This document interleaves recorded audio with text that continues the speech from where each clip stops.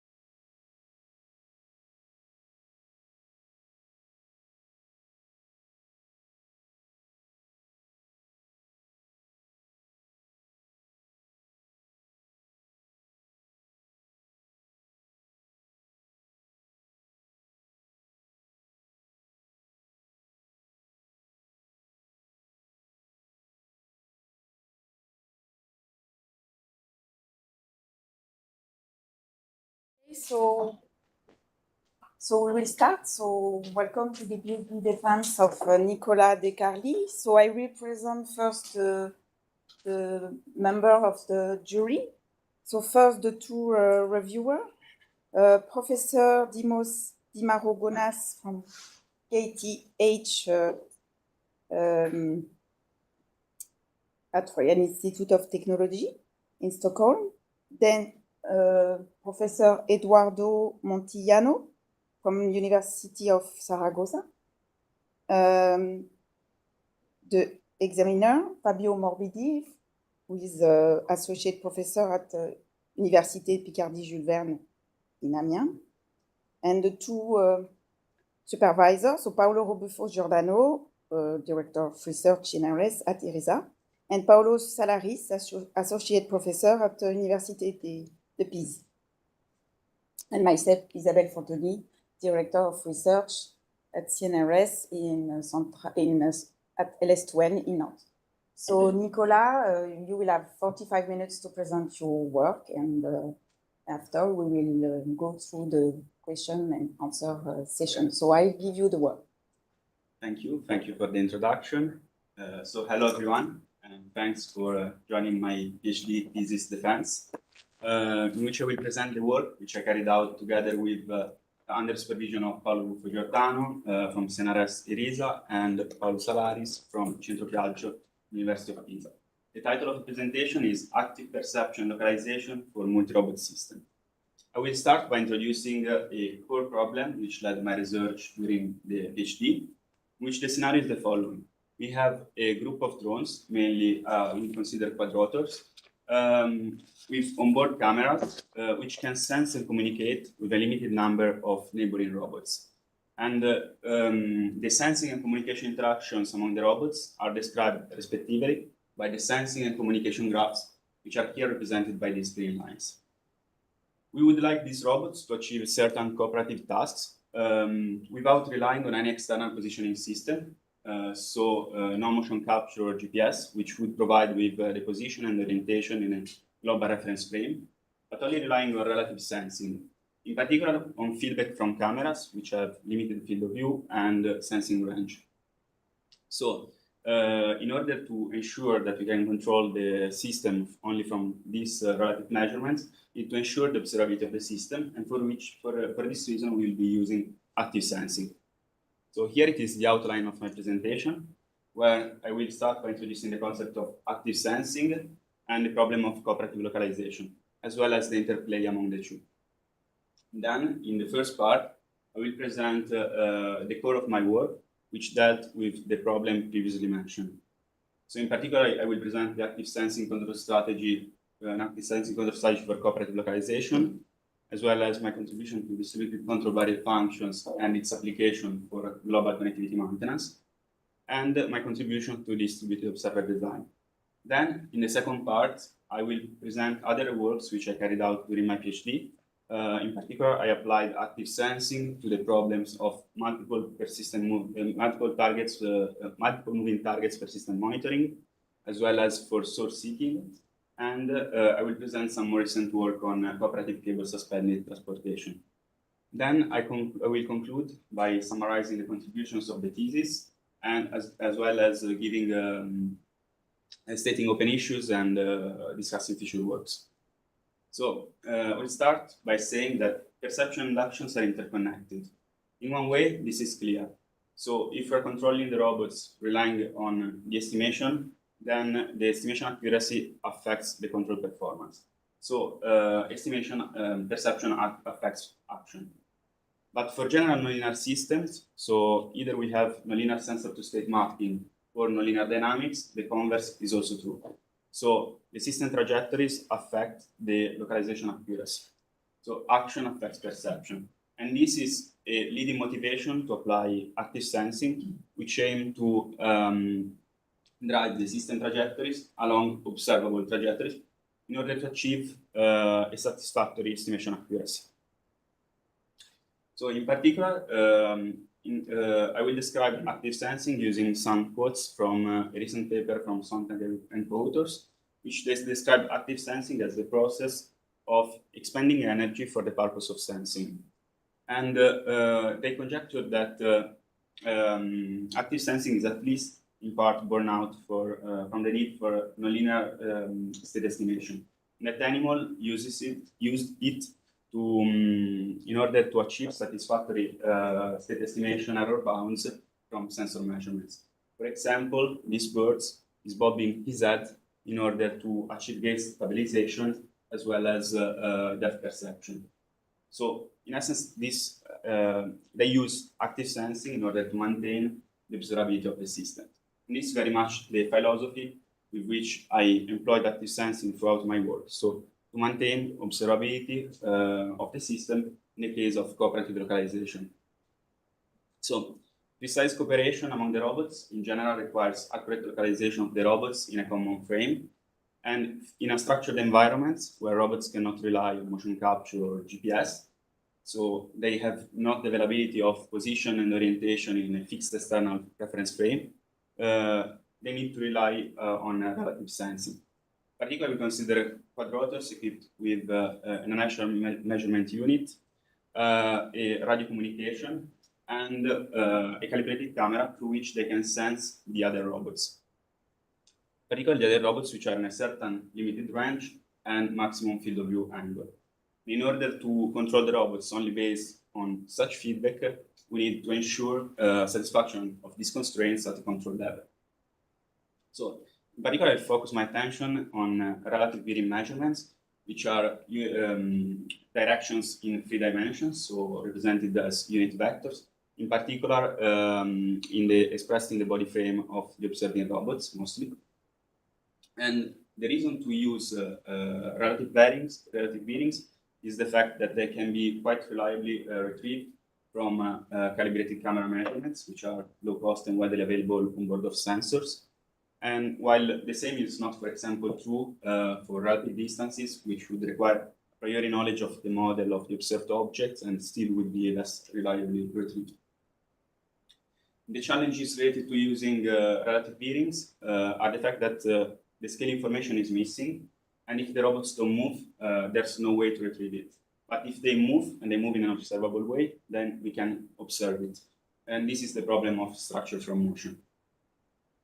So, as I was mentioning at the beginning, we represent the robot's interaction using graphs. In particular, we use a directed sensing graph. This is due to the fact, so describing which robot which measure which other robots, and this is due to it's directed due to the presence of field of view limitations, which naturally lead to asymmetric interactions among the robots. While we consider an undirected communication graph, so this is a practical and common assumption, which is due to the fact that usually for radio communication, we only have limits in terms of maximum range. And furthermore, it simplifies the design of distributed algorithms. So then one wonders which is the relationship between the sensing graph and the conditions under which we can retrieve the poses of the robots in a common frame from the relative varying measurements. This is a problem which has been deeply studied in the, for static or not necessarily moving formations in the framework of infinitesimal variant rigidity, which provides conditions mainly on the graph topology so that we can retrieve the formation pose, the robot's poses up to a scale factor. When these conditions can be relaxed if the robots are moving, and in particular if they are moving in an observable way. So going to more detail about infinitesimal variant rigidity, it is a strong form of observability. So from only the current measurements, we can already observe certain components of the state, in particular the state of the system up to scale factor. And it is mainly conditioned on the graph topology, which usually requires a high connectivity of the graph, as you can see in this video, where two robots are controlled by human users, while the robots also maintain the global rigidity throughout execution of the task. You can see, barely see, I would say, the yellow edges here and the fact that requires high connectivity of the graph. And this, when sensing limits are present, so the sensing graph depends on the presence of sensing limitations, then maintaining rigidity at all times becomes quite constraining, particularly if the robots are moving in environments populated by obstacles. And we can relax this condition as it is not a necessary condition for the observability of the system, but we need to ensure at the control level that the robots will perform trajectories which are observable. And to do that, we need to consider some measure qualified which are observable motions. And so for this reason, throughout my work, I use the observability grammar, which is a classical tool to characterize the observability of linear time-varying systems and local observability of nonlinear systems linearized around the trajectory. So here it is represented by GO, so this matrix integral, where H is the measurement Jacobian and P is the state sensitivity matrix, while R is a positive definite matrix, which weights the information brought by the different measurements. In particular, we extensively use it to encode the sensing limitations awareness. If this matrix is positive definite, meaning that it satisfies this linear matrix inequality, which is also called a persistence of excitation condition, then the system is locally observable. And in particular, the more this matrix is positive definite in some sense, for example, the higher the minimum eigenvalue or the determinant, the more it is easier to estimate, to observe the state from the available measurement trajectory. So the observability grammar depends on the trajectory, as it depends on the trajectory around which we are linearizing the matrix. We are linearizing the system. And as such, trajectory can be optimized to achieve active sensing. In particular, consider one of the previously mentioned criteria, the positive definiteness of the matrix. In particular, I will mainly focus on the minimum eigenvalue or minimum zero eigenvalue in certain cases of this matrix. An interesting fact is also that for multi-robot systems with only relative measurements or private measurements, this matrix has a sparse structure which can be used for distributed computations. Then, now I will describe an example of the interplay between the observability Gramian and cooperative localization in R3, in particular localizing the localization problem for bidding formations. And it is from a work of Tang and co-authors. So they define the so-called Biering Laplacian, which is a matrix-weighted Laplacian, where each edge is weighted by the orthogonal Biering projector. This matrix is important and we'll be using it also later. And they use it to design the dynamics of an observer estimating the positions of the robots in R3 with consensus-like dynamics. And also this observer will be using later when showing the results in R3. And this observer can be shown to be globally exponentially stable if this linear matrix inequality is satisfied. So this persistent excitation condition, where this integral is actually a weighted observability Gramian. So this shows the role of the observability Gramian in the convergence of cooperative localization algorithms, as well as the distributed structure of the observability Gramian in such case, where it is in fact a weighted Laplacian matrix. So now I'll enter into the core part of my presentation, where I will describe how I went towards controlling robots at 3S1 from relative varying measurements, keeping into account sensing limitations, and not relying on any external positioning systems. So this work which I will present has been the subject of 2 MRS papers, 1 ICRA paper, and there's 1 paper on control system letters, which is currently under review. We received the first round of review and we have minor adjustments to do. And then there's 1 paper in preparation for robotics and automation lab. So the state of the robots in this case is represented by position and yaw orientation. And the dynamics are represented as simple first-order kinematic system with body frame inputs. And we consider this control loop for the system, where we have a distributed controller, which is composed of the stack of multiple tasks, where active sensing is the least priority one, in which we aim to drive the robots along observable trajectories, while ensuring the satisfaction of certain main tasks. For example, we consider formation control, and ensuring the connectivity of the graph. Then also a safety layer is present, but I won't enter into details of it.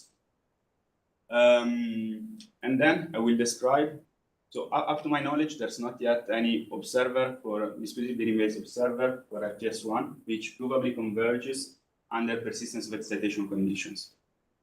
So I will describe the efforts I did toward going to obtain such observer, starting from a simple case in which we consider body frame relative position measurements.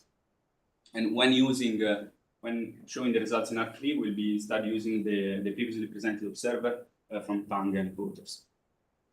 So the objective of the active sensing control law is to design trajectories which are observable, and these controllers should be distributed. The challenges are related to the fact that the observability Gramian is a function of relative degree 2 with respect to the system inputs, so the robot velocities, and we want to optimize the group level cost function with only local information. For this reason, we define a weighted Biering Laplacian matrix, which is similar to the one of before, but this time the Bierings are expressed in the body frame, and we have weights Wij, which encode the sensing limits of the camera. So limited field of view and limited range. So these weights smoothly goes from 1 to 0 when sensing limits are being approached. And these weights will be used also later for the connectivity maintenance algorithm. This Laplacian matrix is used as an input for the observability Gramian dynamics, where we also embed a forgetting factor rho. And because of the spatial structure of this Laplacian matrix, then we can design a distributed and reactive gradient-based control law, in which we aim to move the robots into the gradient direction of the first non-zero eigenvalue of the observability Gramian, so lambda 4 in this case. It's with respect to gradient with respect to its derivative. This is because the observability Gramian is a function of relative degree 2 with respect to the system inputs. So the achieved control law is distributed. It indirectly takes into account uncertainties in dynamics through the forgetting factor, and it takes into account the current state of the accumulated information. Then, since we don't want to just localize the robots for the sake of localization, we want to achieve certain task. So we want to apply an input which is as close as possible to the one provided by the active sensing, while ensuring that the main task is accomplished. For this reason, we rely on the framework of quadratic programming and control Lyapunov functions. Particularly, control Lyapunov function is a continuously differentiable positive definite function, for which there exists an input which satisfies this inequality. And for the case of control-affine systems, this is linear in the input, and hence it can be used as a constraint in a quadratic program. So we define our Lyapunov function for the case of formation control task, candidate Lyapunov function, and we design a quadratic program in which we impose the condition for this function to be a control Lyapunov function, and we minimize the distance with respect to the nominal input given by the active sensing. So here I will show some results in R3, which shows the importance of using active sensing while achieving information control in this case. So first, for a graph which is infinitesimally very rigid. So this graph can already be localized also if the robots are not moving up to scale factor, and the scale can be retrieved if the robots are moving in a non-singular way. Here you can see a comparison of using the active sensing in blue and not using it in orange. And we can see the difference in terms of information, which is here represented by the first non-zero eigenvalue of the observability gradients, showing that the information grows more when using active sensing. But this doesn't lead to a big improvement in terms of estimation error, information error. And this is because this graph can already be well localized, also if the robots are not moving. But what happens if the graph is not infinitesimally very rich, in particular, for example, for a cycle graph? In this case, a big improvement in terms of information also leads to big improvements in terms of the estimation error and consequently of the formation error. So now we have addressed the first two components of the controller, so active sensing and the main task. We need to integrate active sensing. We need to integrate the connectivity maintenance algorithm. And we want to do that in an optimal way so that it also handles the different priorities of the previous two tasks. For this, we'll be relying on control barrier functions, which I will briefly introduce now. So consider a system in control-affine form and a safe set C of states in which is defined by the square level set of a certain scalar function h of x. And we would like the system dynamics to evolve in this orange part where h of x is positive. One way to do that is to rely on the framework of control barrier functions. So control barrier functions are continuously differentiable function for which there is an input satisfying this constraint, which for a control-affine system is linear in input. And hence, again, as before, it can be used as a constraint in a quadratic program where we minimize the distance with respect to nominal state feedback k of x. So this constraint for multi-agent systems takes this form, and certain contributions have been already proposed to address distributed control barrier functions. In particular, the first method proposed was a pre-allocation-based method in which the constraint is allocated among the different robots using these variables gamma I, which add up to 1. And this enforces the constraint satisfaction at any moment, but doesn't lead to recover the optimal centralized solution of the qubit. This has consequences in terms of performance, as we'll be seeing later, since we use this algorithm for multiple target persistent monitoring. And also it can have problems when the locally derivative LGI h of x is vanishing. Then another approach is with tracking the optimal solution for the case in which there is only one constraint. And so we have the simple analytical solution of the QP, which is here shown, where the terms can be locally known except for the terms here in parentheses, where numerator and denominator can be tracked using dynamic average consensus.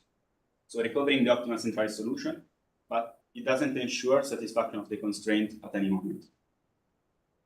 In another algorithm allows to including this mismatch or auxiliary variables y to optimally allocate dynamically the constraints and to recover the optimal centralized solution. And while always enforcing the constraint satisfaction, but because of the update of these variables y's, it requires the locally derivative to be not vanishing. And this, as I will be showing, it's a problem when you want to apply this algorithm to, for example, connectivity maintenance. So for connectivity maintenance, there exist two kinds of approaches. One which is local, which aim to preserve all the initial edges, and it is quite conservative. The other one, which is global, which we'll be using, in which the robots can gain and lose edges while always preserving global connectivity of the graph. And this relies on the so-called Fiedler eigenvalue, which is here represented by lambda 2, which is the second smallest eigenvalue of the Laplacian matrix, which is strictly positive if and only if the graph is connected. So various algorithms exist for global connectivity maintenance and usually rely on this pipeline in which we define a weighted adjacency matrix, where each term Aij is used to encode the limits in terms of sensing or communication. In our case, since we consider the sensing graph, we add the weights from I to j and from j to I, which have been shown before, to include sensing limitations. And from this, we define the corresponding weighted Laplacian matrix. We estimate in a distributed way the Fiedler eigenpair, so the Fiedler eigenvalue lambda 2 and the corresponding eigenvector v2. And we design a constraint control law to preserve lambda 2 over a certain positive threshold epsilon. Then it turns out that the gradient of lambda 2 with respect to the local state qi can be computed in a distributed way, where we have here the components of the Fiedler eigenvector. Now, the objective is to integrate connectivity maintenance into the tasks in an optimal way, so using control barrier functions. But as it turns out, there's a problem in doing that with the algorithms which are the current state of the art, and in particular related to the fact that here the locally derivatives which embed these terms, the lambda 2 and the qi, is vanishing in two cases for a robot type. Either all the terms which j are equal to which I, or which is most commonly the case, this gradient goes to 0, which goes to 0 in the cases in which all the weights are either 1 or 0. So either the sensing limits are fully satisfied or fully not satisfied. So the current distributed CBRs were not wouldn't allow us to achieve connectivity maintenance. So for this, we propose our contribution, which proposes a gradient, an algorithm which guarantees satisfaction of the CBR constraint at any moment, while also asymptotically converging to the optimal centralized solution, and not requiring the locally derivatives to be non-vanishing. So we have our general P for a multi-agent system, and we consider again only one CBF constraint. So in this case, we have our simple analytical solution where we can track the numerator and denominator here using dynamic average consensus. And we decouple the problem among the robots using auxiliary variables, which we update according to an external dynamics, which follow Laplacian-like, which are Laplacian-like dynamics, and asymptotically track the optimal solution. So here I will show the results that we achieved. Here the edges between two robots are green when the weight is at 1 and smoothly becomes red till disappearing when sensing limits are being approached. Here we show the solid lines the Fiedler eigenvalue, in dashed lines the estimated Fiedler eigenvalues, and in green the minimum threshold. Here for each robot we show the auxiliary variable, the solid line the optimal one, in dashed lines the estimated ones. And here we show the inputs obtained for each robot, the four control inputs obtained by solving a centralized CBF-QP and in solid lines, and in dashed lines solving using our algorithm for distributed CBRs. So you'll see now that the robots are moving, gaining and losing edges while always preserving global connectivity. And the robots are moving because of an active sensing control law, not aiming to achieve any specific main task. So they will just keep indefinitely moving. You can see, and not taking into account sensing limitations, you can see also that the solid lines and dashed lines are almost perfectly, almost all the time overlapping, showing that the algorithm achieves the centralized optimality. So we have now concluded for what concerns the controller, and now I'll describe my efforts toward going towards a distributed bearing-based observer, starting from the case in which we can measure body frame positions, with the idea to extend the same approach for the relative bearings. So the objective is to estimate the positions and the yaw of each robot in a common frame.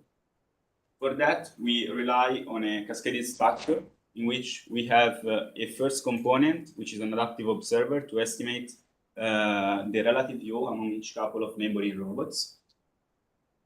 Then we have the second component, which aim to estimate the yaw of each robot in a common frame using complex Laplacian dynamics.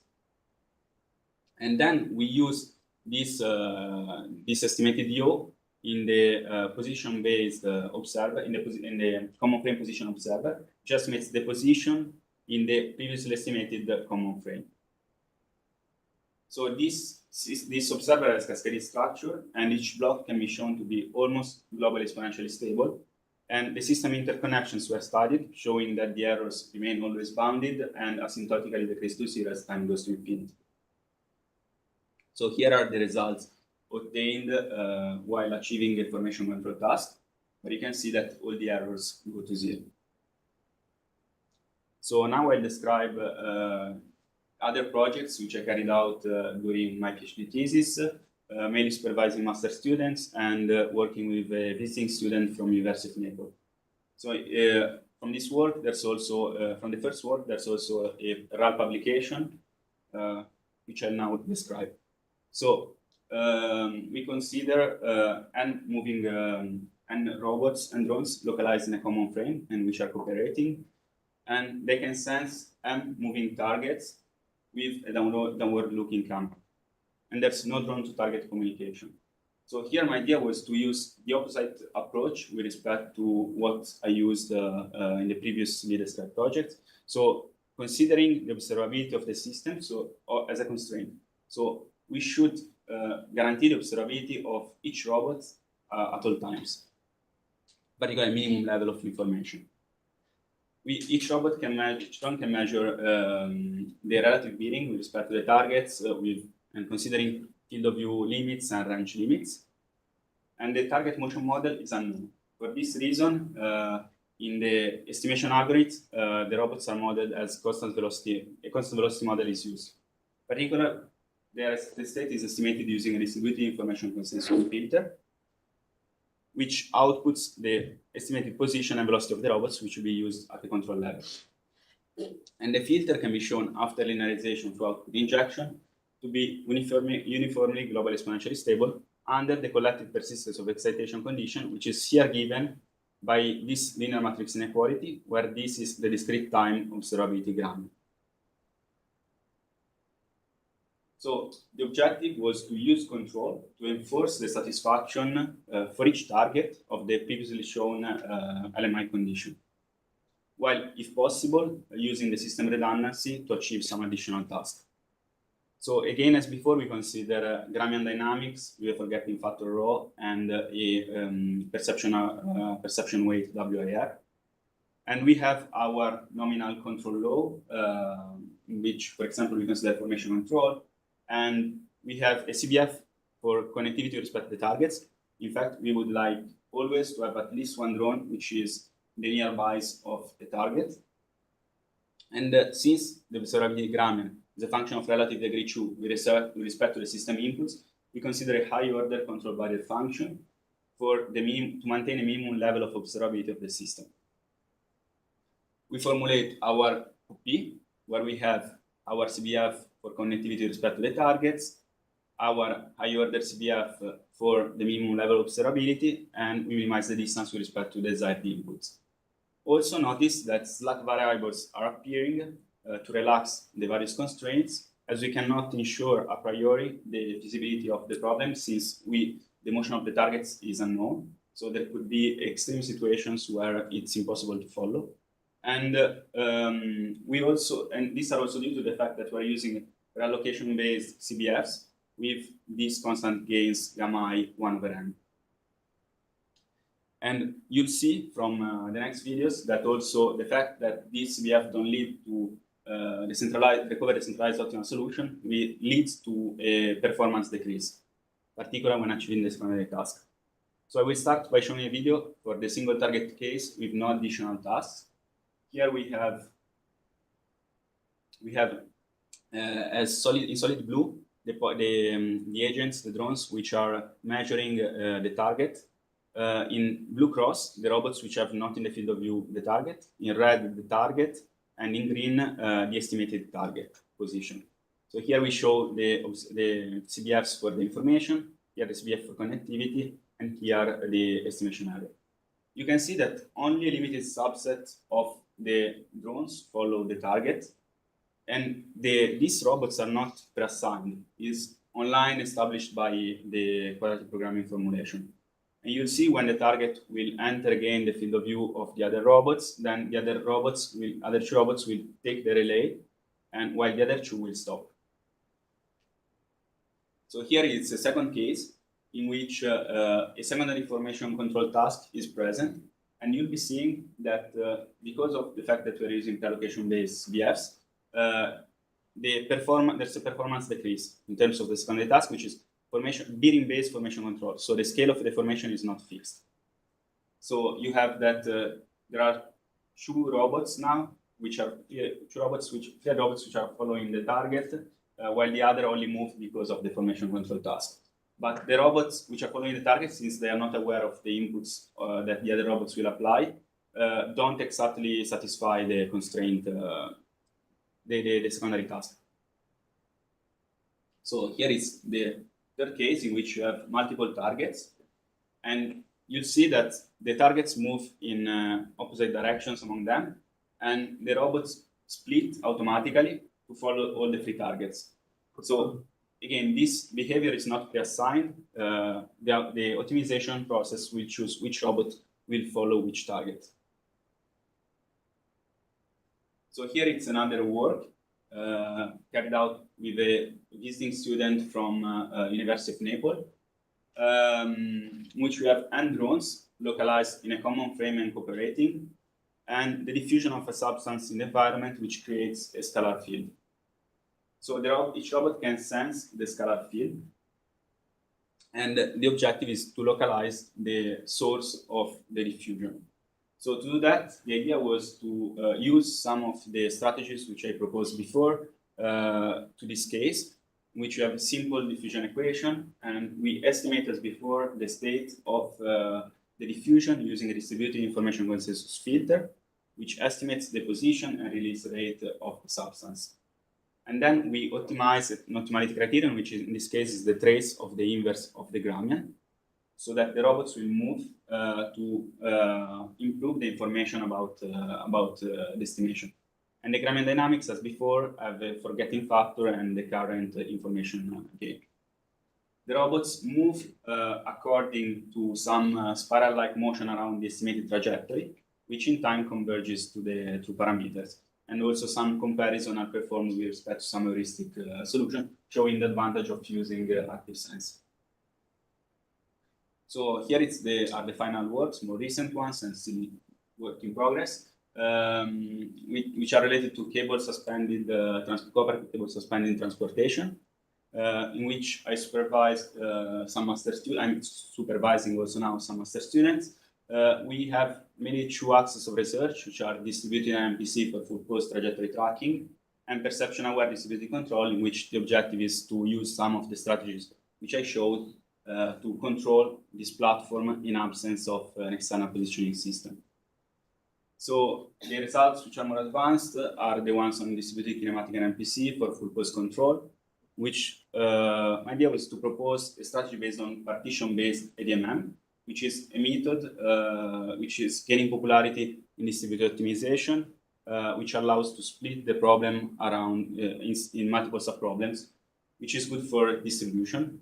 And in particular, here exploiting the structure of the problem, in which the robots are coupled only through the load. It allows to formulate an MPC only exchanging the velocity trajectory of the platform around the future horizon, no trajectory of neighboring robots. decoupling constraints such as collision avoidance, which will break this sparsity of the problem, are considered at a lower level using CBS. The final objective is to achieve distributed dynamic NMPC. Here are some results obtained in simulation where the robots track for the pose a circular trajectory. And the idea is to go towards experimentation. And in particular, Ricardo contributed to set up the system in our lab. Here, in this moment, they are running a centralized dynamic NMPC to control the full pose of the system. So the idea is then to test the kinematic NMPC for the moment in experiments and then pass to the dynamic. So I will now summarize the contributions of the thesis, as well as discussing future works and open issues. So concerning the first part, I proposed an active sensing control law for cooperative localization, keeping into account the sensing limits, and included it in the main task, relying on the quadratic programming and CLF formulation. Then I proposed some improvement for the distributed CBFs, allowing vanishing locally derivatives and allowing the application to, for example, to connectivity maintenance problem. Then I proposed some contributions concerning distributed observer design for cooperative localization. And in the other works, I use still active sensing to maintain the observability of multiple moving targets and for self-seeking, as well as we have work in progress on distributed MPC and perception-aware cooperative transportation. So some open issues which remain, which still needs to be dealt with are, for example, it happens when using global connectivity maintenance in presence of limited field of view, which local minima arises. And there's still the absence of a distributed observer from body frame bearing measurements. So for which I'm exploring two directions. One is to extend the similar approach to previously shown with an adaptive observer for the bearings. And the other approach, of which I'm actually very enthusiastic about, is the distributed extended Kalman light filter, which I'm proposing, for which I have some preliminary theoretical results, which I hope to validate during my postdoc. And then there are also some possible improvements that can be done concerning the control barrier function application to multiple target persistent monitoring. So this concludes my presentation. Thank you for your attention, and I'm ready to take your questions. So thank you very much for the presentation. So we will go to the question session, and I will give the word to the first reviewer, Professor Di Marugona. Okay, so because yesterday evening we agreed that Eduardo was going to. Okay. Sorry, I didn't ask. No. I forgot to say. So Professor Montiano. Okay, then I start. So, well, congratulations, first of all, no, this first thing, such an amazing job and work we did. Also, it's 3 years, so when considering the time span, it's very short, so that gives even more value to the work. You're reading it, also congratulations to the advisors. No? I guess having these students makes life easy. So, and also thank you for inviting me, because it's always a pleasure attending these things. It's more a celebration. Pinch you a little bit, but it's just to celebrate. So, also, I guess, compared to say how things work in Zaragoza, we were joking that you had already spoilers, no? Because there was already the report, so you can expect some of the questions that I will ask. I will focus maybe more in the ones that we do in the presentation, also not to get too much technical stuff of the document. And I will start with probably my first comment, that probably it's not very, let's say, more the practical side of the bringing this to the real life. So in all of your methods, you have different distributed estimators, consensus-based algorithms. In some cases, they are even cascade, no? So there is one where you are dynamically tracking the average of the variable y, and this is on top of a distributed optimization algorithm that also has a consensus embedded. So what are your thoughts, or how can you see this implemented? No, it's like if you want to deploy this, because also, for example, here in one of your chapters, you mentioned that the consensus methods were running the algebraic connectivity at 250 hertz, and below that, another one at 750 hertz. So communication-wise, so sounds aggressive. Yeah, so this in the final version of the work, because the time had been submitted, had been accepted, but I didn't send yet the final version. So in the final version of this paper, then I managed to reduce a lot the computation. So the problem there is very much the stability of the power iteration method to estimate the Peter eigenvalue. So on that side, I found out a bit how to finally tune properly the parameters. So usually it is considered quite a conservative estimate for a certain parameter alpha, which we should use so that let's say the convergence of the algorithm is preserved. It's based on a conservative bound on the maximum eigenvalue of the Laplacian matrix.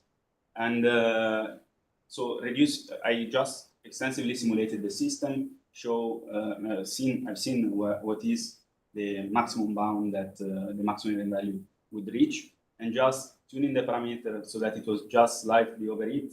I finally found that I could improve much the performance, so that in the final version, accepting also bigger errors in terms of lambda true estimation, I could have the estimation running at 100 hertz. But yeah, this at the cost of reducing performance in terms of estimation of the lambda true, and so the necessity to make higher the minimum threshold epsilon. But yeah, still the problem is that still the real world application of real world implementation of all these arguments, which relies a lot on communication, is still problematic. As a follow-up, because you mentioned here, no, if we decrease the quality of the estimation, probably we will go later to the distributed estimator of the relative position, but actually maybe we can go there, because you mentioned also a decrease in the quality of the estimation. So it's a slide, where is the estimator self-identified. So there was a spoiler in the report, but I guess Yes. we can work here. No, I have two questions here regarding this. One is like, what's the motivation for estimating PIJ when you can measure it? Yes, sorry. This is something which is typically done when you have an adaptive observer, because you need to estimate a parameter which enters dynamics of this quantity that you can measure. So you need to check which is the mismatch between what you predict and what you measure. So for this reason, you estimate PIJ in the frame of robot I, also if it is measured.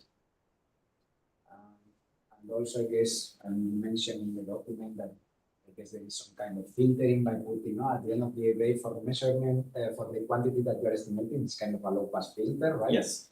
But how would this work under noisy measurements? No, because so here maybe it's no, it's like you assume you are talking about filtering, but at the same time, Yes. So if there is noise, have you tried? So yeah, for this case in which the relative positions are measured, in my experience, it was pretty robust.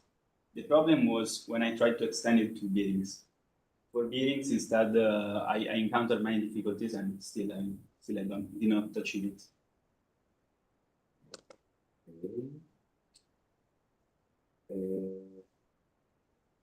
also, I guess, even when we talk about with measurements, the estimator is at the moment just for relative position measurements, and you are working with the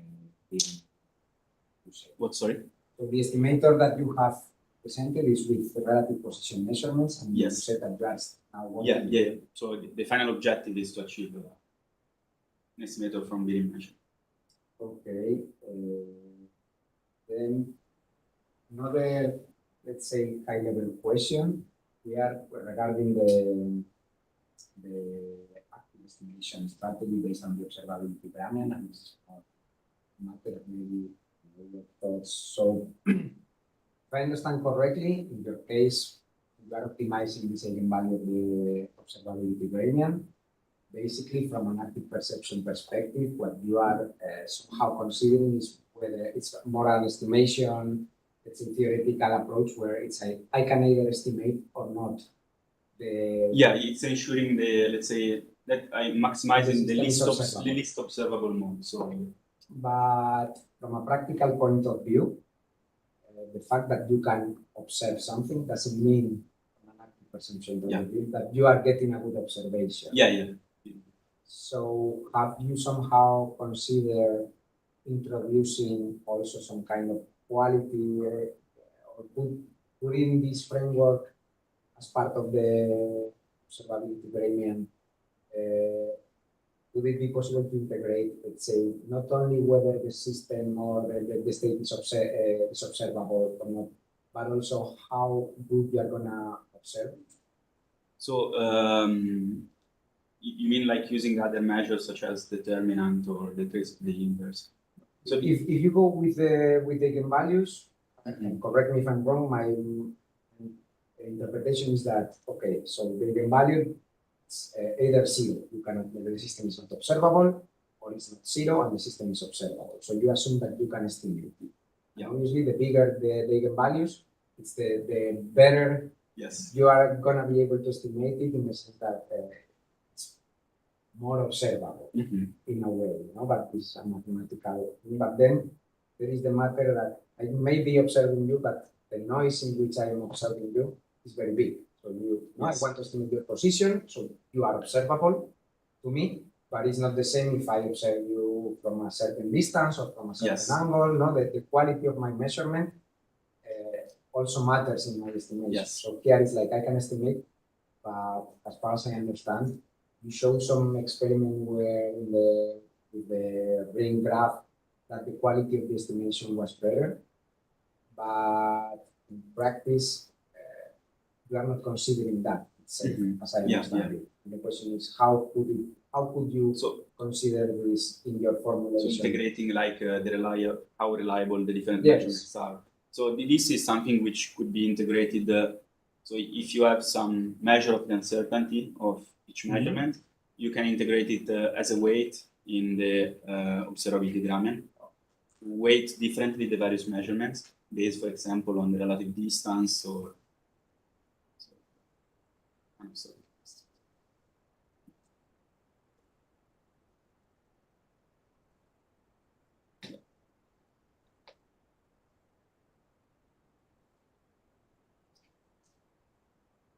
So here the matrix R would integrate such information. Okay, so the matrix R is the uncertainty of I guess here it's a matter also of the optimization problem. Well, since you want to maximize the values of G, then we go to the slide 14. Not following much of another with the presentation.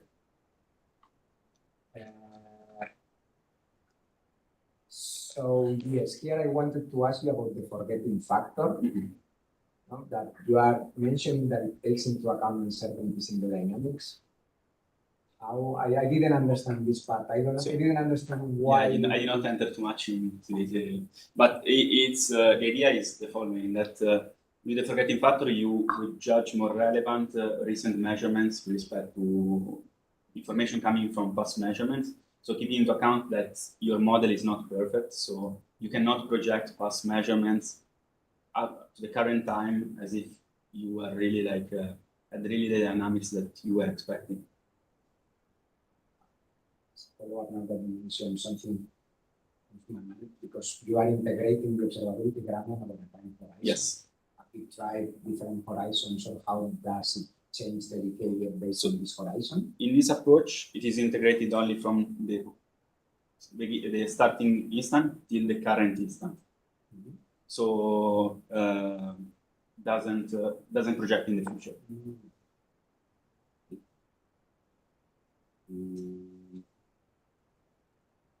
Another thing is like 20 and I think question. Something that also caught my attention regarding when the gradient vanishes that you mentioned when the weights are either 0 or 1. So 0 means that you don't see, Yes. but also when weights are 1, which is like perfect sensing. How does I didn't also know. Can you elaborate a little bit more? Yes. So we define these weights to keep into account sensing limitations. Field of view and the distance. Yes. And so there's a certain range in which these weights are at 1 because I'm satisfied with what I'm seeing. Mhm. I'm like the robot is kind of in the center of the field of view, and the distance is reasonable. So I wouldn't like to have certain gradient to still improve, maybe to let the system more freedom to be controlled, let's say. But then it's like you are not. So it's like you are not satisfying the CDF the constraint. Sorry. So from an optimization, in terms of solving the optimization problem, it's like you cannot solve it, yet the solution is the trivial one. It's like you can apply a nominal controller because you are actually fulfilling objective sensing. Yes, it depends on what is the lower threshold that you're considering for the eigenvalue also. Okay. Because maybe you could have a robot which is observing only one other robot. So maybe, in that case, in any case, you cannot match. But in any case, I think there's, let's say, a value in overcoming this restriction, this limitation. So this part you consider, you were saying the time that you were considering one constraint. Is it limited the methodology to one constraint or? It's only one CDF constraint, but in one CDF constraint, you can combine multiple CDFs using some Boolean logic, like in this case, some smoothed version of the Boolean logic. Quickly from the progress, if there is something here, high level rather than the level.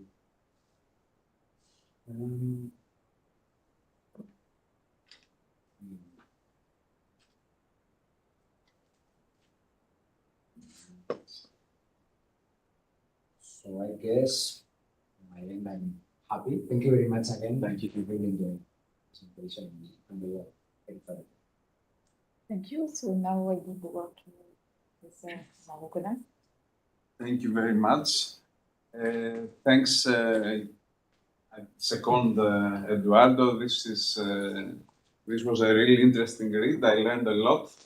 So thanks so much for giving me the opportunity and also for inviting me here. I would also comment that in 3 years span of a PhD, it is remarkable, the breadth of the topics you covered. And in that respect, I would like some clarifications in certain things just to appreciate the results a little more.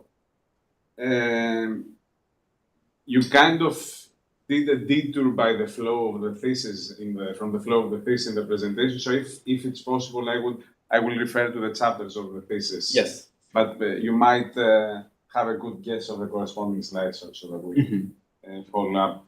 So first of all, there was in chapter 2 there was a very nice overview of the cooperative control methods that you will use. I was intrigued by the weighting functions there, and in the thesis at least you admit that you have a weight that is diminishing the further out you are from the sensing zone, but still you need to know the distance, right?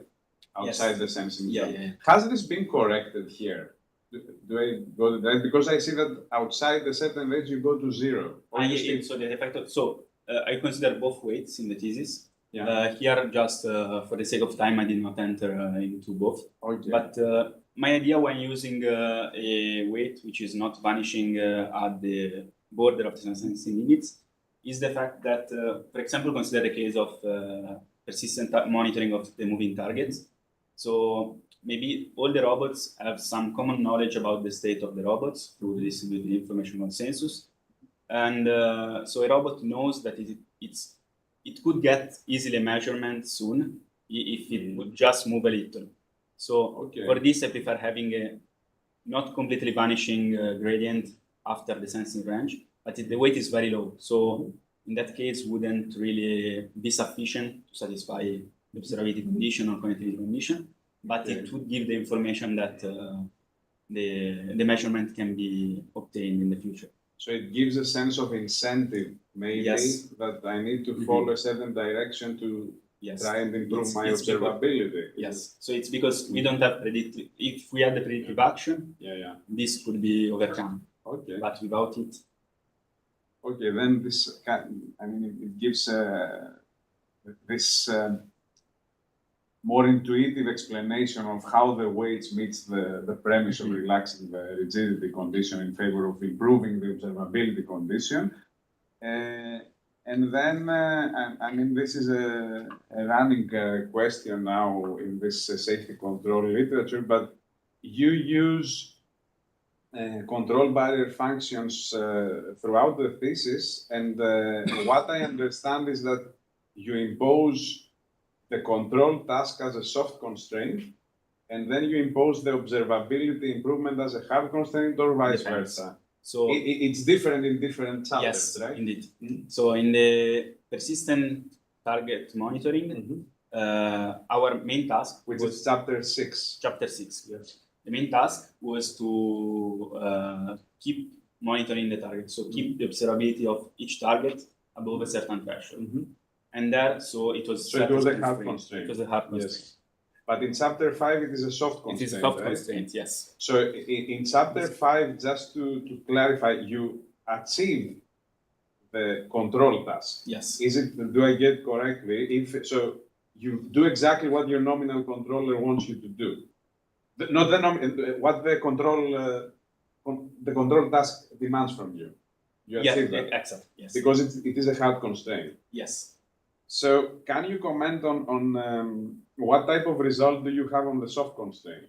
The soft constraint is to try and follow the nominal controller that would minimize the observability Gramian small stacking value, right? Would maximize it. Yeah, or an equivalent maximizing problem. So what do you achieve there? So the idea how is, far from the good case do you go? Yeah, this is very much depends on the task. So, for example, I did not choose maybe the easiest task to test it because formation control is. I mean, if you start from let's say the far away with respect to the desired final pose, then you have some freedom in shaping the trajectory so that you reach the desired shape, but achieving some more informative trajectories. But then, when you are at convergence, of course, you have no more freedom. Close to convergence, you have very reduced freedom. But you didn't have like a quantifiable result on this. No. So, I mean, do you have any comment following this local minima discussion on how does this no guarantee of getting stuck to local minima will affect your distributed observer design in the end? Do you have a sense of this? So, will it happen too often? Is it something which is an academic deficiency and we shouldn't care about?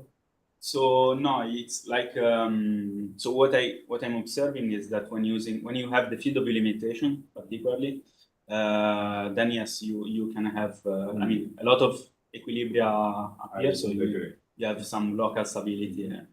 That's all you can ask.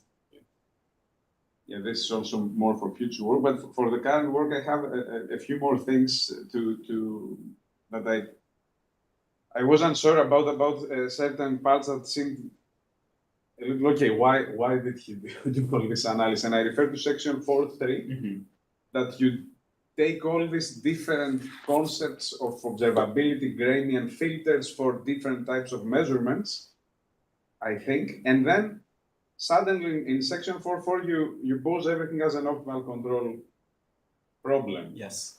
So I wonder how the previous analysis is relevant to this. Do you need it to Yes. So in the previous analysis, as far as I know, for study the observability of multi-agent system is in general a complex problem, and from bearing measurements, for example, it had been done by the previous PhD of Paolo Schiano. In the case of which the formation is infinitesimally enriched, where they could use certain properties. What I aim to show there is that the observability gradient can indeed be a good tool to study the observability of multi-agent system with respect to the classical observability metrics, because it has preserves this sparsity structure. You can use concepts related to weighted Laplacian metrics and their eigenvalues. So it is, let's say, it is a better tool for this purpose.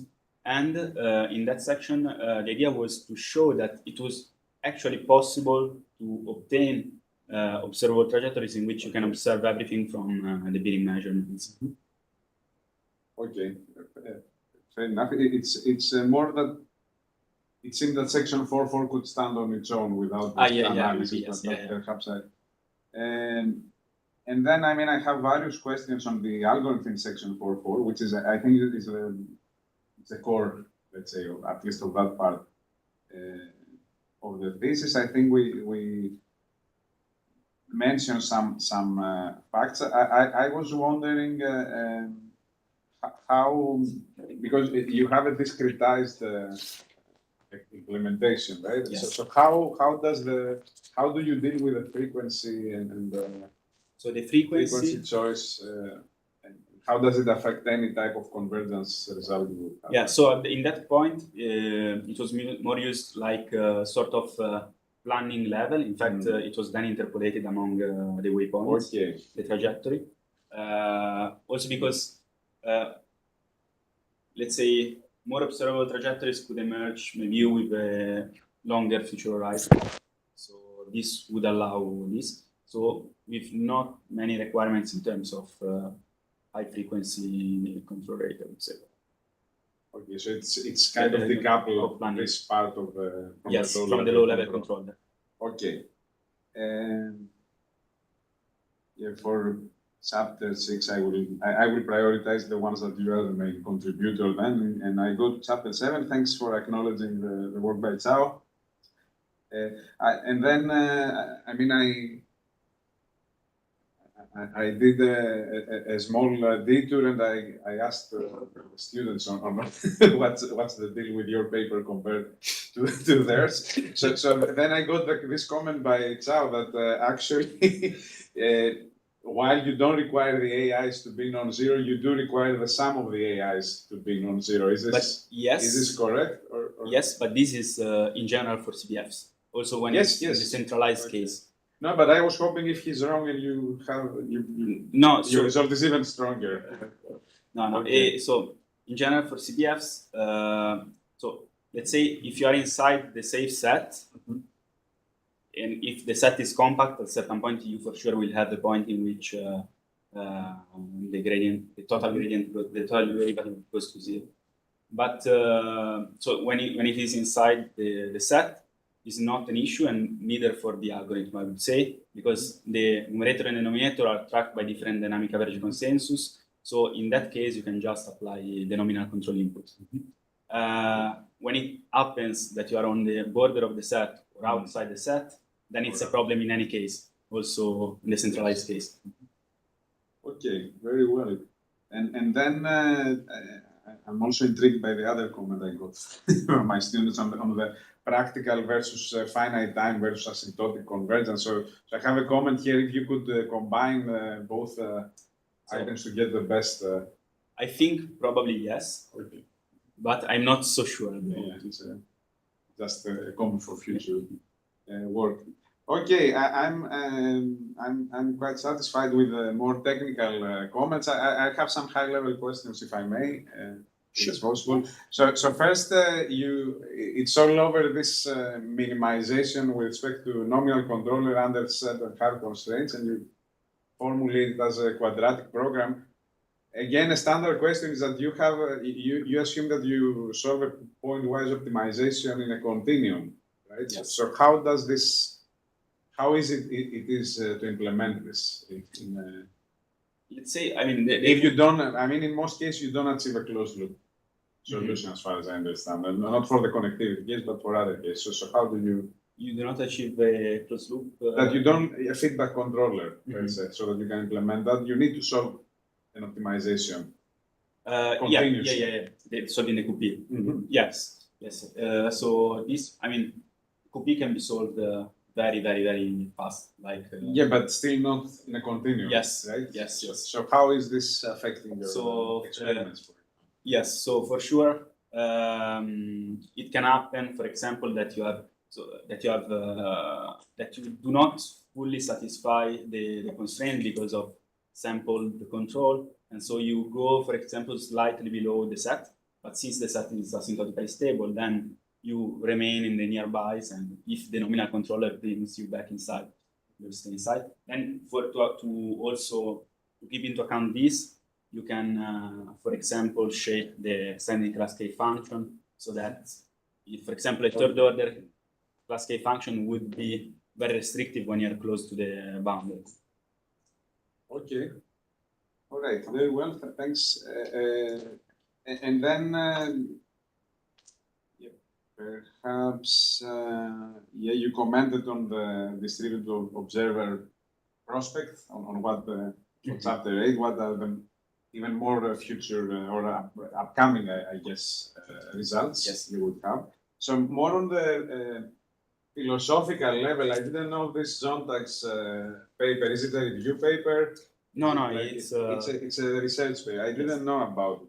So I was wondering how relevant is this observability positive definiteness condition with persistence of excitation conditions? Is it the same thing?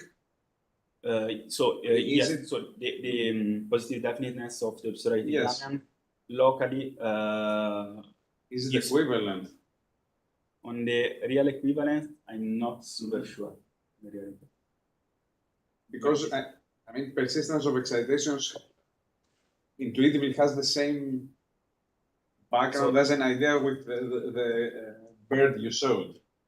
Right? So with the bird, you showed this bird that was trying to follow the best path that would give it the best observation. So I was wondering, I mean, intuitively, is there something new to this observation okay, we don't need the rigidity, we need maximizing the observability, but this is, to me, that this is really equivalent to a persistence of excitation. Yes. Condition. Okay. Yes. So probably this is what this BPE condition was inspired from, that you refer to another work, BPE, bearing persistence of excitation. BPE, sorry, sorry. Yes, it is indeed that. Yeah. So just in that case, so they design an observer, which they show it's globally exponentially stable under this condition. They don't tell you how to then, I mean, actually they propose a controller which keeps the drones so that they keep rotating around an axis, which is maybe not super desirable when you have a formation of drones to have them to keep spinning around.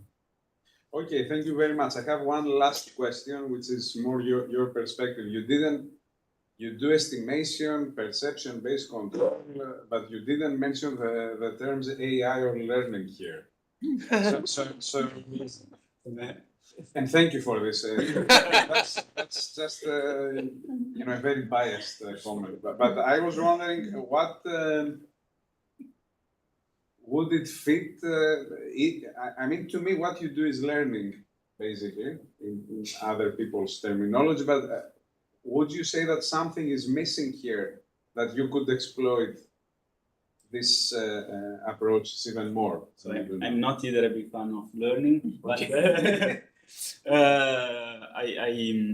I think maybe so. For example, if one wanted to consider a future horizon, as I did in chapter 4, then maybe learning could be useful somehow, because there I had big problems distributing all the computations. Okay. So this could be maybe well handled by learning.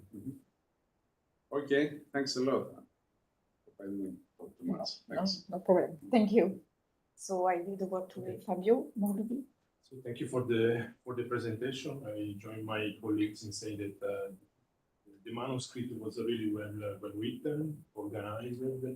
We also were able to cover different topics and propose original contributions. I really enjoyed reading the manuscript. I learned many things about content by function. It's really good manuscript.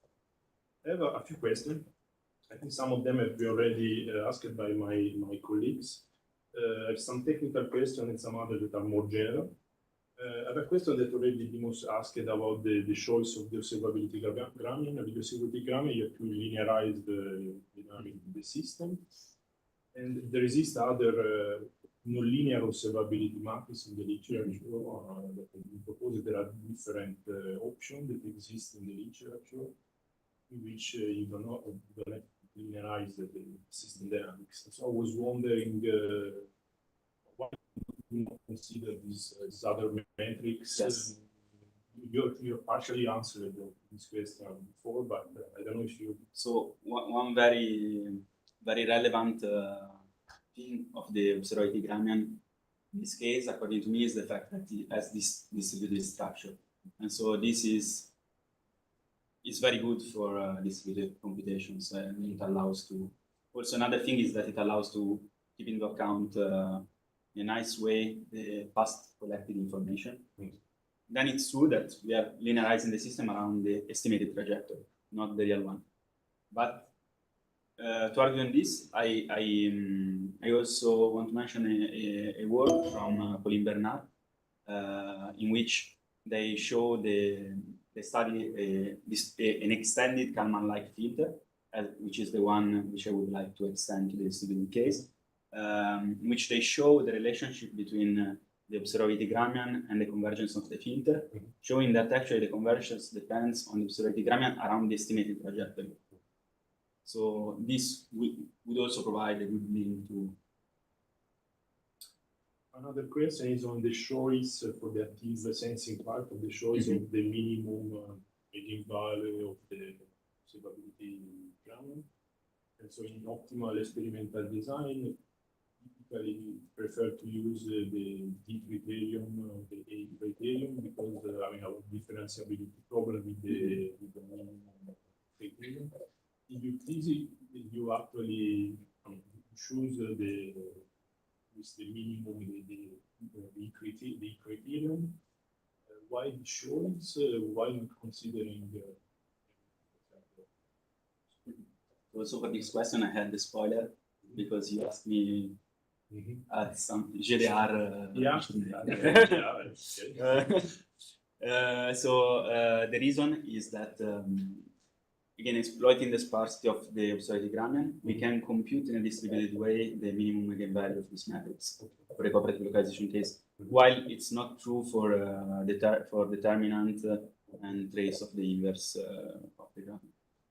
While if, for example, when considering the source-seeking problem, we consider a trace of the inverse of the Gramian, because in that case, every robot has the full Gramian, the knowledge of the full Gramian of the process that we want to estimate. And so in that case, we could consider also the A criterion or the D criterion, which normally leads to better performance in terms of estimation.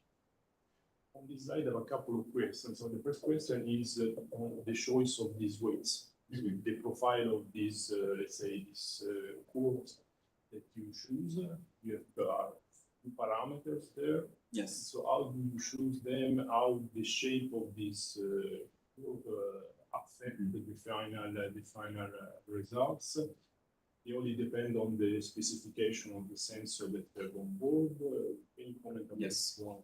So on the hard threshold, so C-mean, D-mean, and D-max would be the one of the real sensor. The choice on the threshold one from which they start decreasing, it's more depends on the actuation probabilities of the robots, how fast it can intervene. For example, I noticed that for the yolk, it's better to have it to intervene quite early, as it would rapidly change this weight otherwise, leading to not nice behaviors. So there's still some tuning to do, be yeah, done. yes. The other question, more general, is about the showing these dynamics for the observability gradient.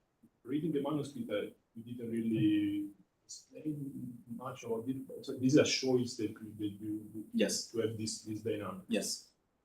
But I mean, does it really describe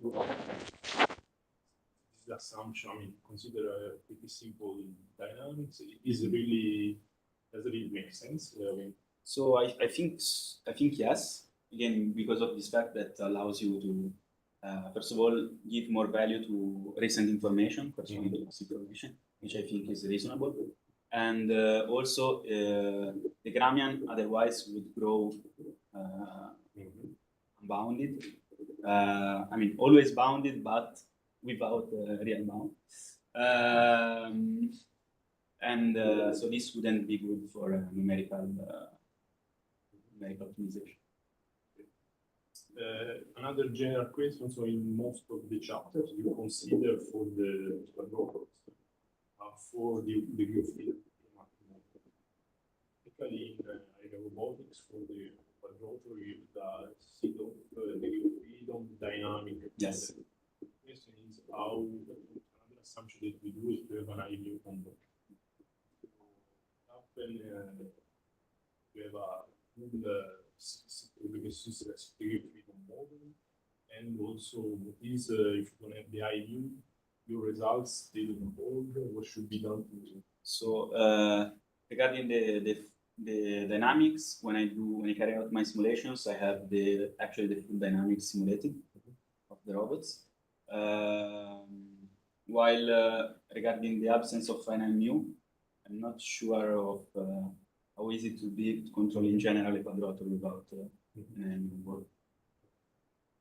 So the question, for example, in chapter 8, which you present the observer, I think one of the questions also to is it possible to extend it to Yes, I think so.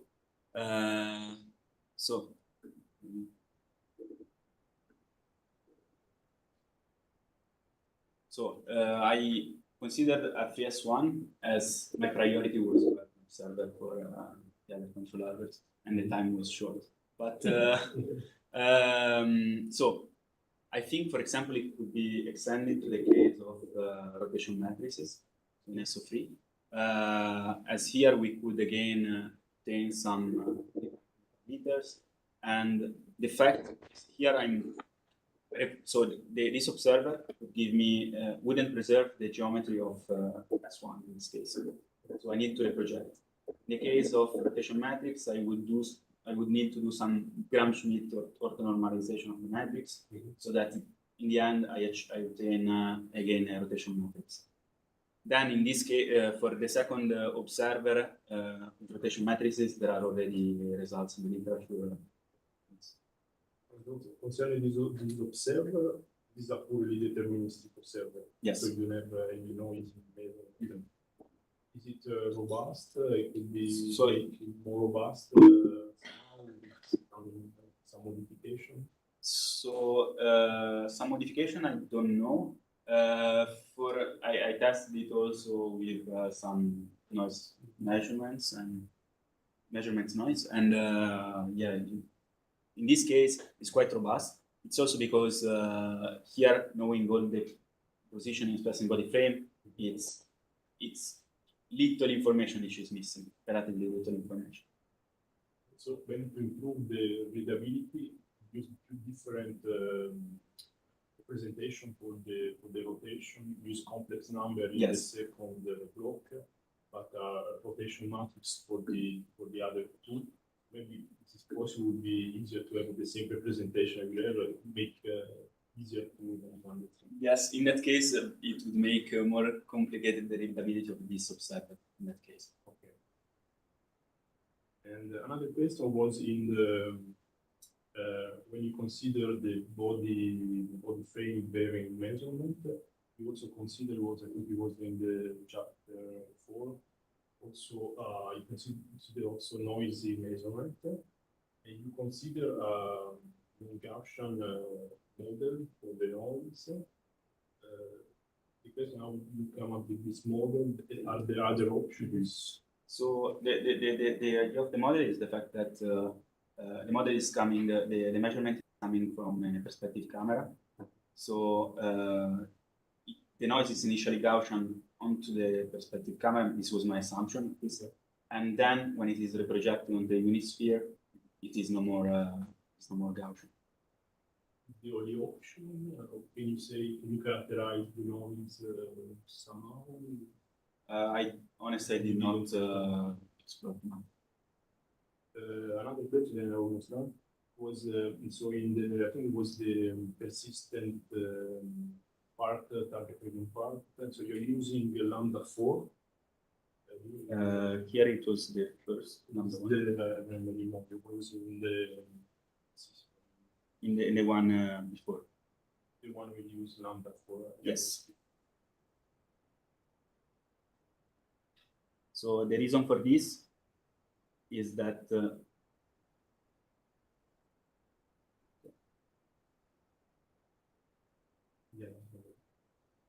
my question was so the manuscript, so you need to compute the first derivative, lambda 4, the second derivative, and so lambda 4 is the second derivative not. No.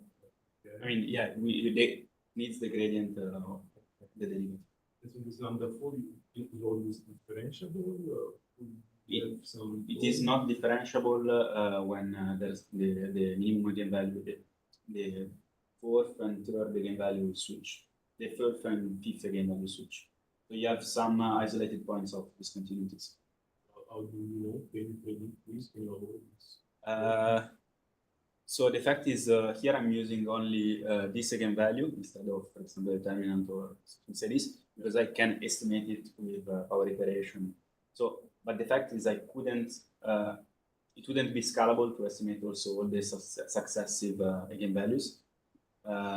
So potentially, if one knew the full matrix, one would probably avoid that somehow. But in this case, it's not possible. So what I'm actually doing is that I'm using a filtered version of it. And I think the last question was in the part is the videos. I think the video after slide 28, and we should show the part. We can see that there are some robots that are idle; they are not following the target. So this is the case in which M is larger than N, and the targets are the number of targets is larger than the number of robots. So when I read the manuscript, I mean, it's a kind of waste of resources of energy because the robots keep flying, but they are not doing anything. So it's kind of a task allocation problem. Can you do better than that?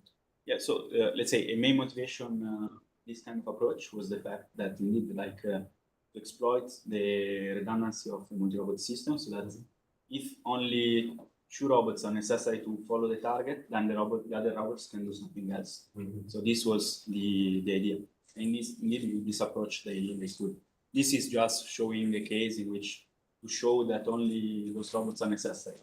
For example, maybe it wouldn't be necessary to have all the robots which are following that target.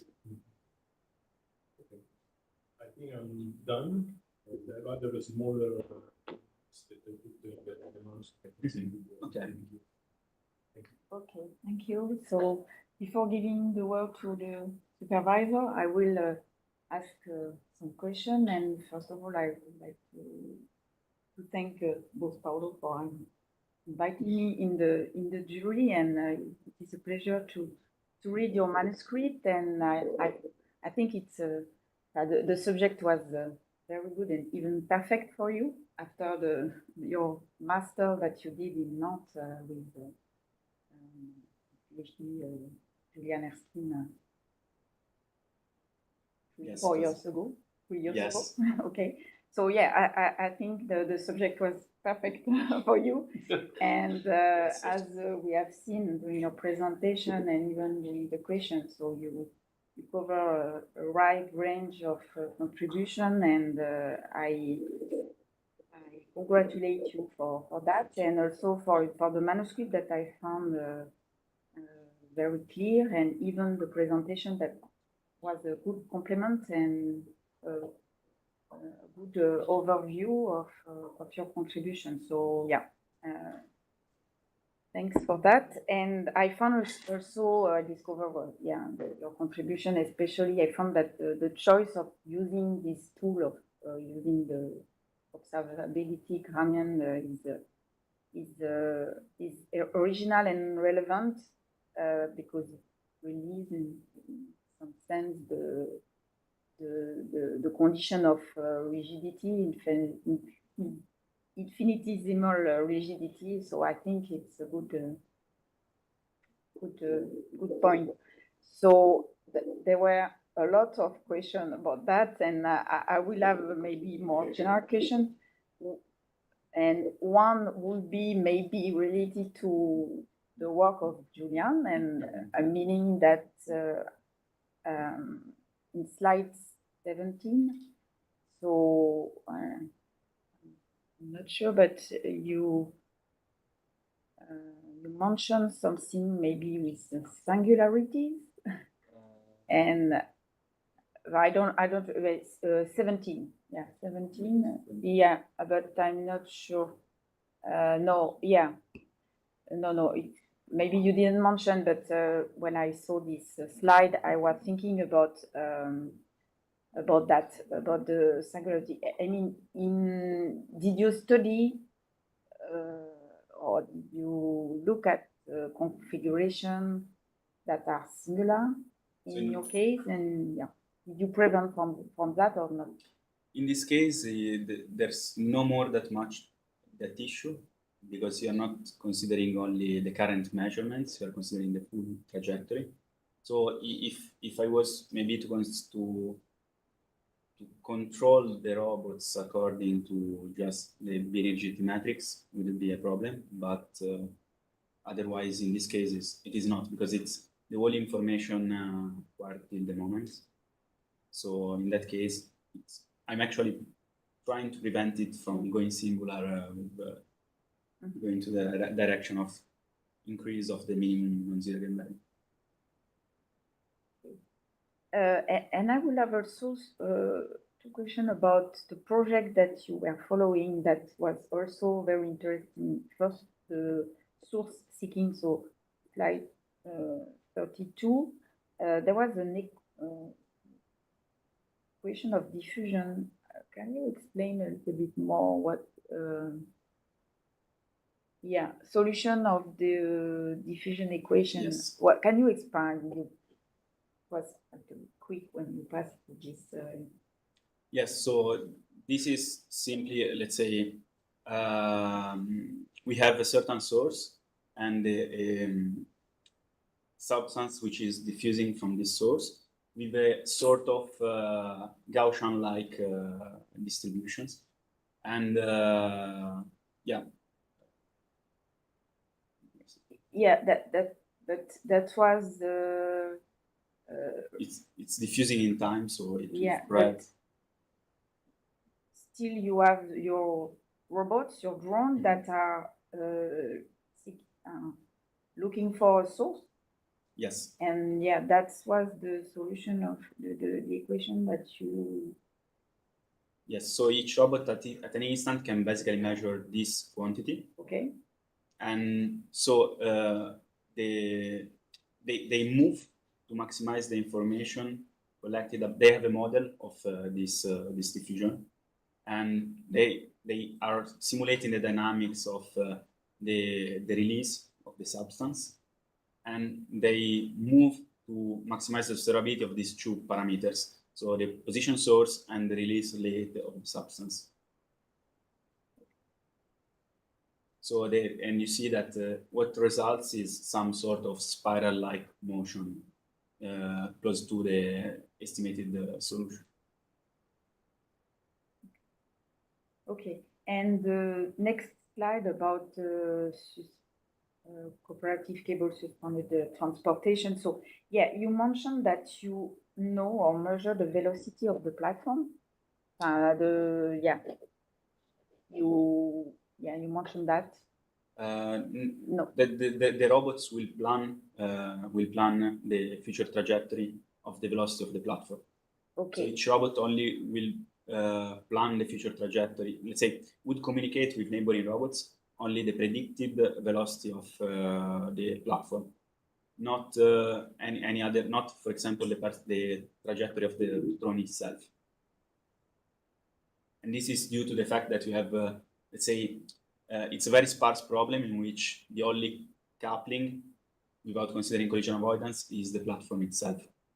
Okay, so yeah, so you only know the velocity, but not the position. They don't need to communicate it, but they know it, and let's say each robot locally optimizes with respect to the position of the platform and the orientation.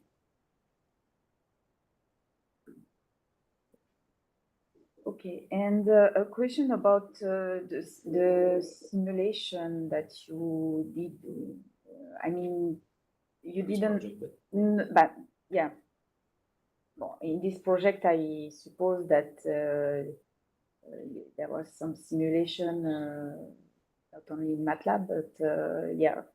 I would like that you summarize what the simulation that you did during your PhD. I mean, I suppose that before it was not very detailed in your manuscript, so I suppose that some of them were in MATLAB, but did you do in C++ in So most of them were actually in Python and simulating the full dynamics of the system, but simulating integrating the ODE, not using the DASI. Okay, and for that was? So for this, this was carried out by Riccardo. In this case, was in MATLAB. Now he also is doing it in DASI. Okay. Okay. So yeah, but I won't have more questions. So I just congratulate you again, and I will give the word to the supervisor. So first, Paolo Valari. No, for just comments, just a comment, a general comment, if you want. Oh, well, yes. So yes, congratulations, Nicola. Yes, I think that this is a very challenging topic that Nicola taken in the PhD. Is even difficult with one single robot. So with four robots, it's a nightmare, I think, and this is why it was very difficult for me. I don't know for how to follow Nicola in every passages of math. Also because I was in Italy, so it was also a distance. But I mean, I think this is a very interesting work. I also would like to see what happened in a real scenario, because the experiment is yes, I saw this experiment, but it's very nice to see in a real scenario with real robot.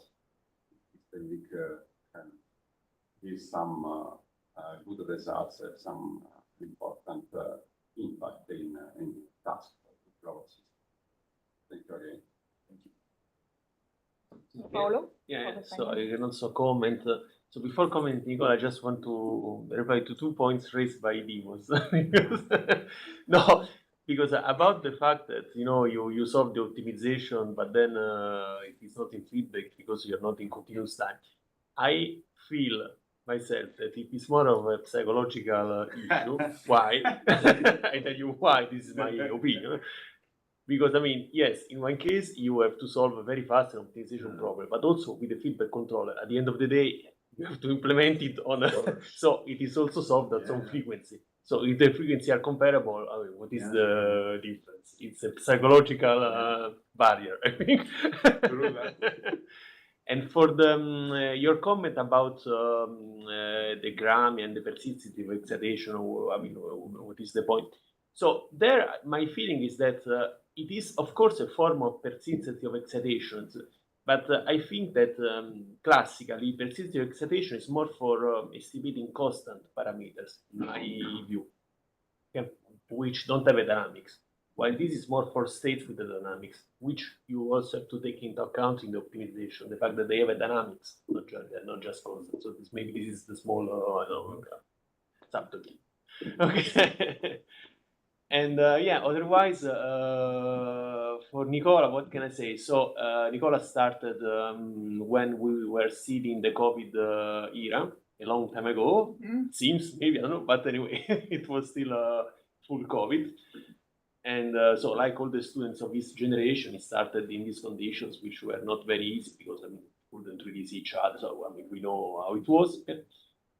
And also, I would say that at the beginning, we started with Paolo and myself giving Nicola, let's say, a clear topic, which was something that we already developed, in particular, Paolo developed a long time ago.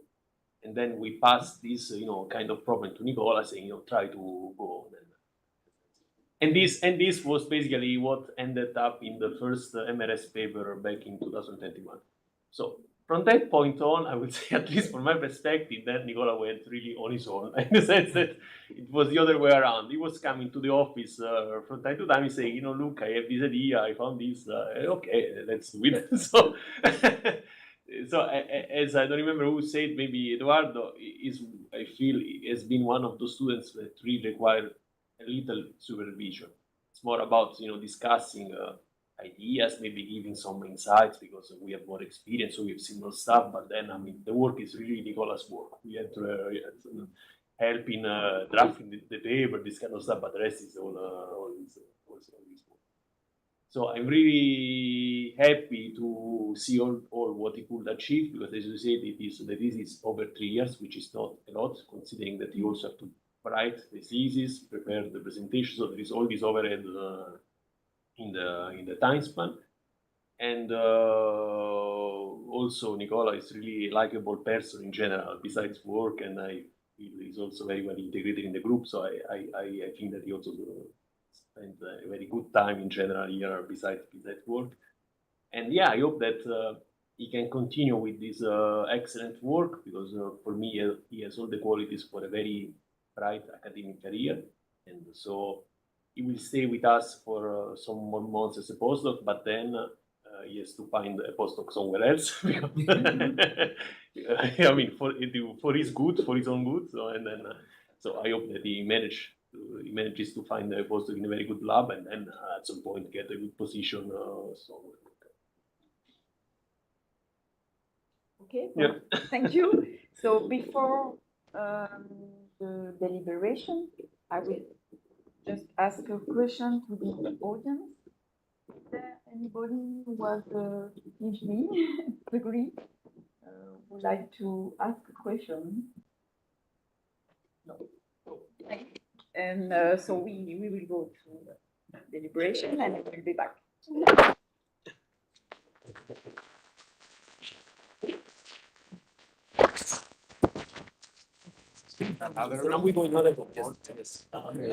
Ouais, ça on le prend.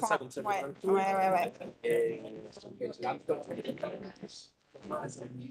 Je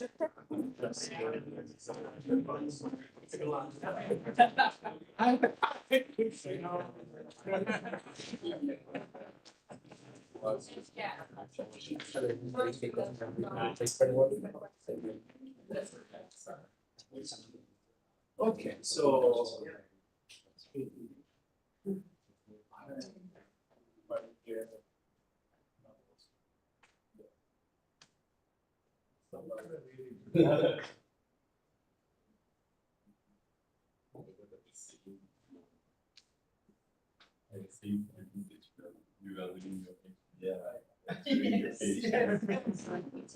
You just did that. Yes.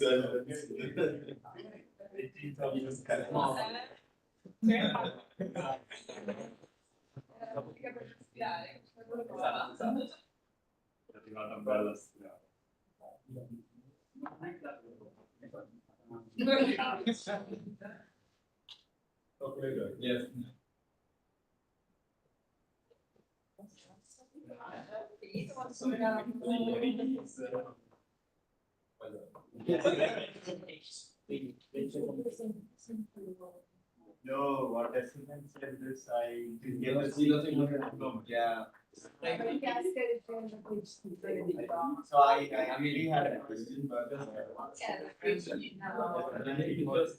Yeah. It's one of those things that just after they say it counts. Yeah. Nico, I have a town. You know that.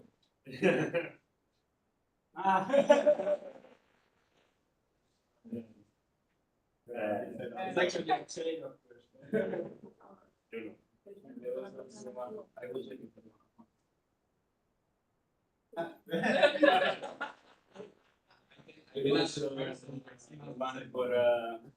what's funny about for this, yes. No. Yeah.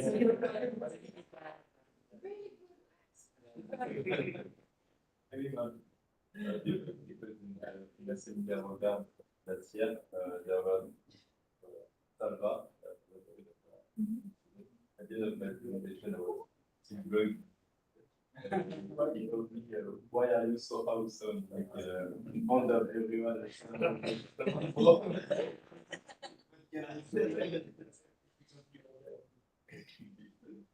Or your PhD.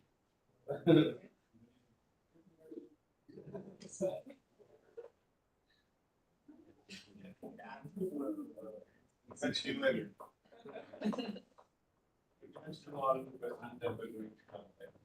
Yeah, somehow like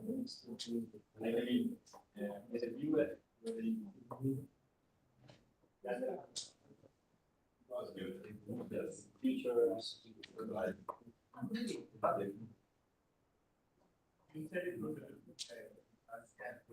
no, that was sitting one of the lines. The shadow project.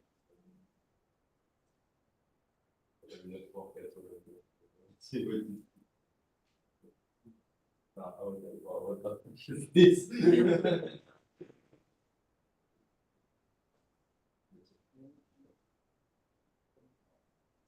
No. Yeah, down. Yeah, like penny calendar.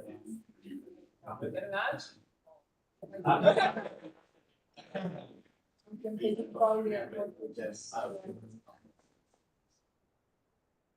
You have to play the important. Yeah. The other tools. No. Also with the. Yeah, actually another. It's just there. Just show that you're the entire. At the end, when you have to say, like they announce US. Some advice or yeah. So it could be there. Yes, it would be like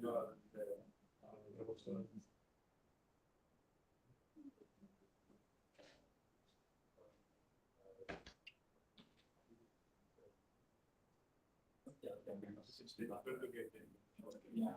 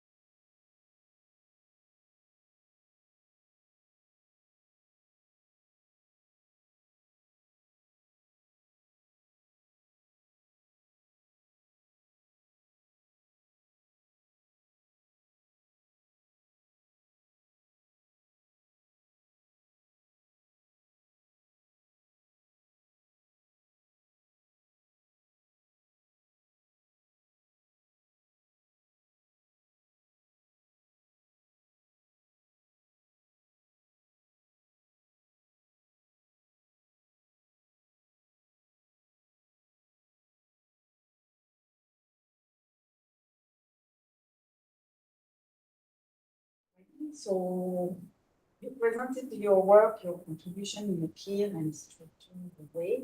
So you were able to cover different topics and provide several contributions, combining active sensing with multi-agent control.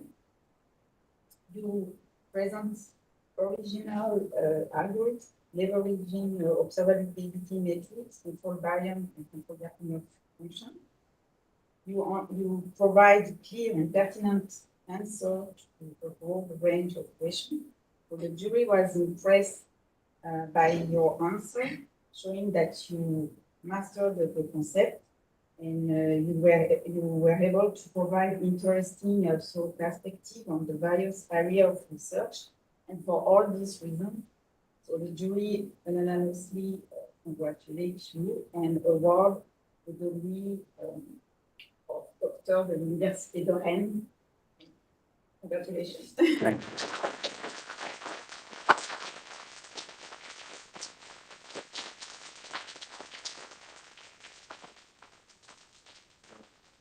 As a final point, you can read Yes. say the book. So you can read in English or in French as you want. French, English. So at the end of the defense, oh no, sorry. In the presence of my peers, with the completion of my doctorate in robotics engineering, in my quest for knowledge, I have carried out demanding research, demonstrated intellectual rigor, ethical reflection, and respect for the principles of research integrity.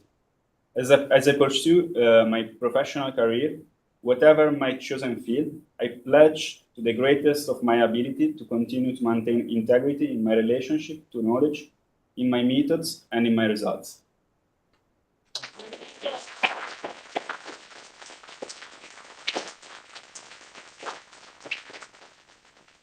So I would like to thank the jury, who also took the time to come in person.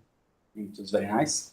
And especially the two reviewers who also spent time to read and gave me feedback for the presentation. And Isabel, who supervised me also for the master thesis and introduced me to the field of multi-robot systems and rigidity. And also, thanks to that master thesis, I found my PhD. So then I would like to thank my supervisors, so Paolo RG, who always was very supportive, super nice, and like always giving advice, and also able to spend time with us, with the students, also for more informal moments, joking, and it was super nice, and I think it contributes to the nice environment in the team. And also to Paolo S., who also hosted me in Pisa, where I met. I saw another team which is very strong, and it was very nice. And then I would also like to thank the other people with whom I collaborated. So all the students who are all still here, like Lorenzo, the first one, was super good student, always very motivated. And the same for Riccardo, who carried out like the work 3 people in 6 months. And to the current students, so Valeria and Emanuele, who are working very well also. And still in progress. And then on a more personal side, I would like to thank all the people, I mean, during the 3 years, which is like, it's more than a team. I mean, we shared so many moments also outside, in other places, amazing places such as Tiffany's. and also Tiffany's. And yeah, it was really amazing, and I hope to find another team like this. And then also to my family, of course, always super supportive and here today. And And yeah, and also the friends who are following now online and or will see tonight.